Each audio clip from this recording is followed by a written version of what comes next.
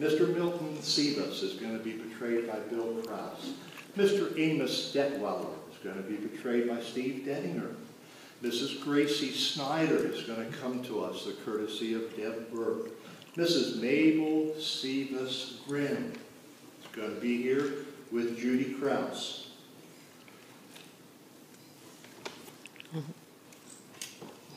Never a good idea to have a second page. Sorry. Mrs. Violet Stump is going to be here with Maxine. Mrs. Almeida Lutz is going to be portrayed by Helen Miller, and Mr. Palmer Lutz is going to come with Ray Miller. May I please introduce to you Reverend J.H. Furner.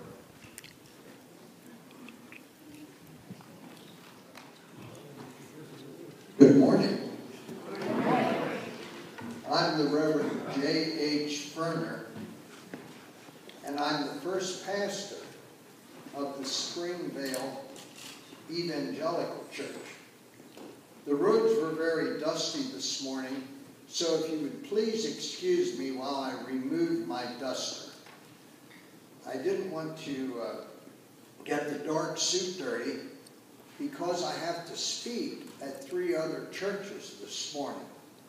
I will speak at Winterstown, Felton, and Bethlehem churches this morning. Excuse me while I remove my duster. As the Felton Evangelical Church. This church began because Springvale was a thriving community. It had everything except a church. People worshipped in homes, one being the Oberdorf home, located at the corner of Zion Church Road and Circle Drive, right down here. It was often called the House of Prayer. Others would gather to worship in the old Stone Pal Church until our church was planted here, right in the heart of Springvale. The ground was donated by Henry Sebas, and the laying of the cornerstone took place in the summer of 1912. The building was dedicated to God the 2nd day of February in 1913. We had quite a celebration that day.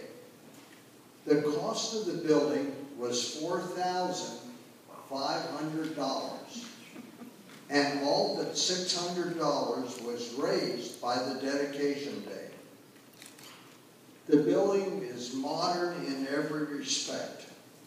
It had steam heating, and it is lighted by a gasoline vapor system.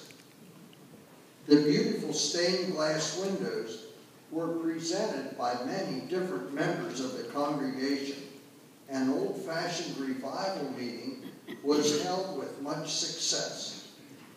It was a pleasure to serve the Felton Evangelical Church, and especially to be a part of the beginnings of the Springvale United Methodist Church. Thank you.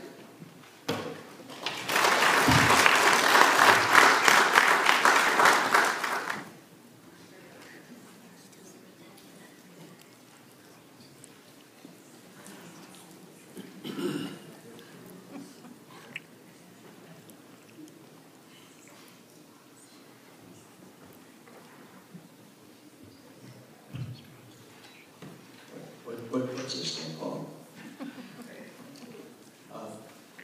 I'm sorry it took so long for me to get here this morning. But keep in mind, I was born in 1870. I was just 5 years after old Abe Lincoln was assassinated down in Ford's Theater. So that's quite a long time ago. Gosh. That makes me 142 years old. No wonder it took so long.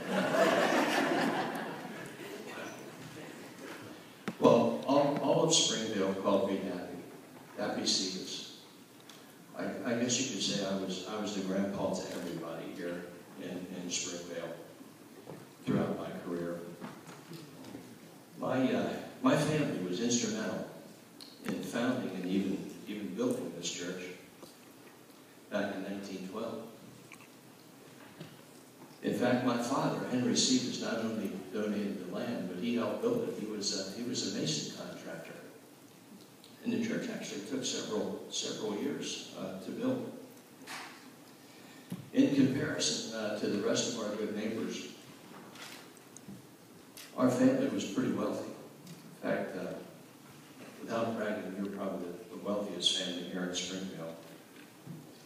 And much of our family money is still here in this building. And I'll talk about that just a little later.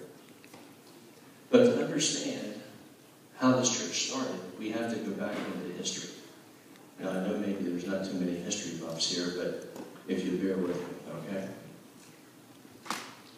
This entire area that we call York County, that includes Red Line, Springvale, all of it,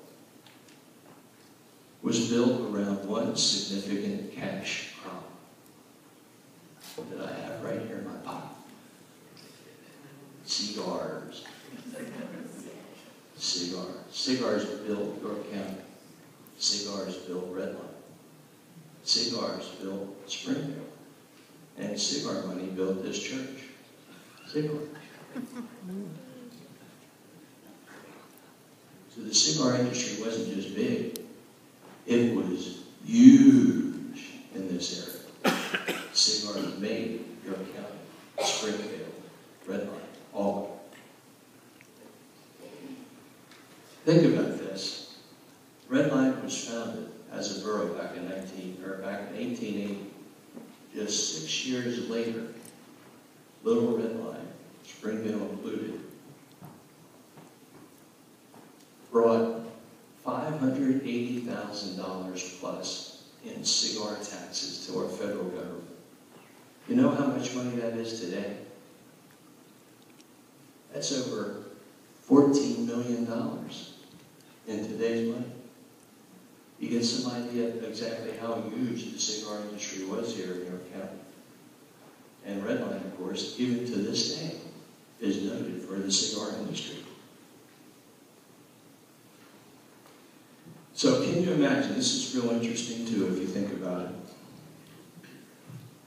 The good Lord, in His wisdom, used money generated from stinky, smelly, smoky, sinful tobacco to build this area and to build this church. But isn't this what Springvale's been preaching all along? If we accept Jesus as Savior, He takes all the bad, sinful parts of our lives and He cleanses them. He washes them completely in His blood and He promises to take us to heaven. And this is exactly what He did with tobacco. Old, sinful, smelly, stinky tobacco He used to build His church and to bring something very good to our community. How about that?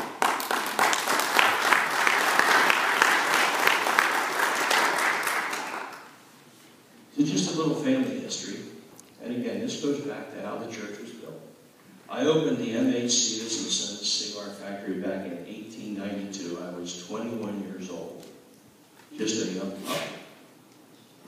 My son Laurie and I modernized it back in 1926.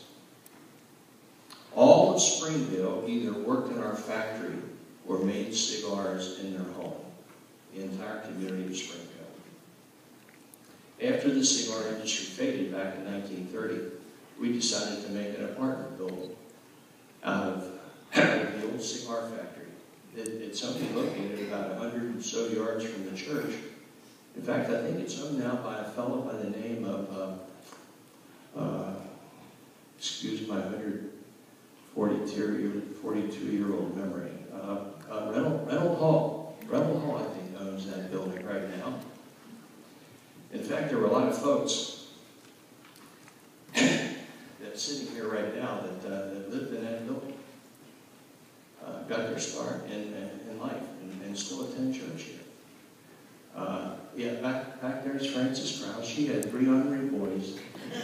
Those boys probably did more damage to my building than anybody ever did there.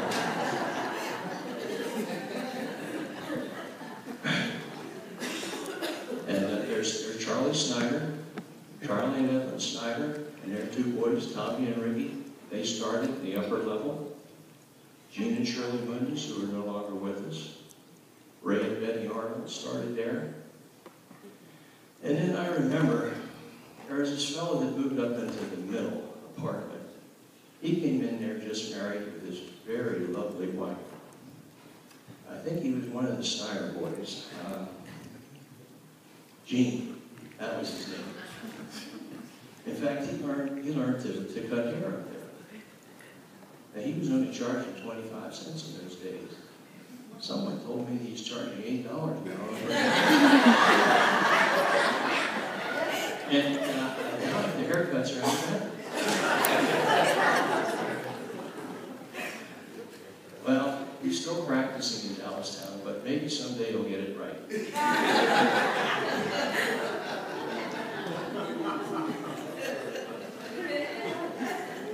As you look around the church, you're going to see representations of my family all over this church. If you look over here, these stained glass windows here to your right, the one I'm pointing to right now, L.P. Sivas and wife. Well, that's my boy, Lauren. He preceded me in death. He was a pretty big boy. He weighed over 300 pounds, and he loved to eat ice cream, and I think that's what did him in. The middle one, M.H. Sivas and my wife, Susan, that's the one I presented on behalf of my wife and myself. And then the one over here that I'm pointing to now, that is my daughter Daisy. The window right here, John Seacrest and wife, that's my in-laws. That's Susan's parents. And there's only 2 memorial windows in this church, and one of them is right here. Now, I know a lot of you probably looked at this window over the years and thought, who is Anna Lindsay? We don't have any Lindsays here at church. Well, Anna was my sister. She was 21 years old when she had her son Curtis and died in childbirth. So I dedicated this window to my sister Anna and her son Curtis. Now, my nephew Curtis, of course, was just a baby, so my wife Susan and I raised him right over here in Springvale. In fact, my daddy has a window here. Now, I'm not going to tell you where that's at.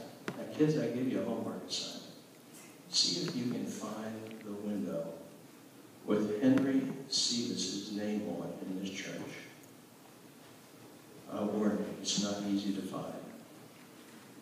By next week, okay? I'll try to beat you. I hope.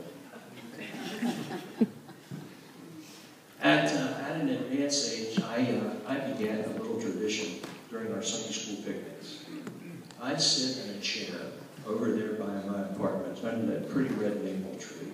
I think it's still there. And I'd pass out nickels to all the kids. One of those spry little Springvale girls used to keep getting back in line several times, collecting quite a number of nickels. Okay now, Frida McPherson, Gordon Gallagher. It's time to march down to this railing and confess your sin. You little rascal, you. Now I'm 88, and I'm still going strong. And it took all these years to find you out.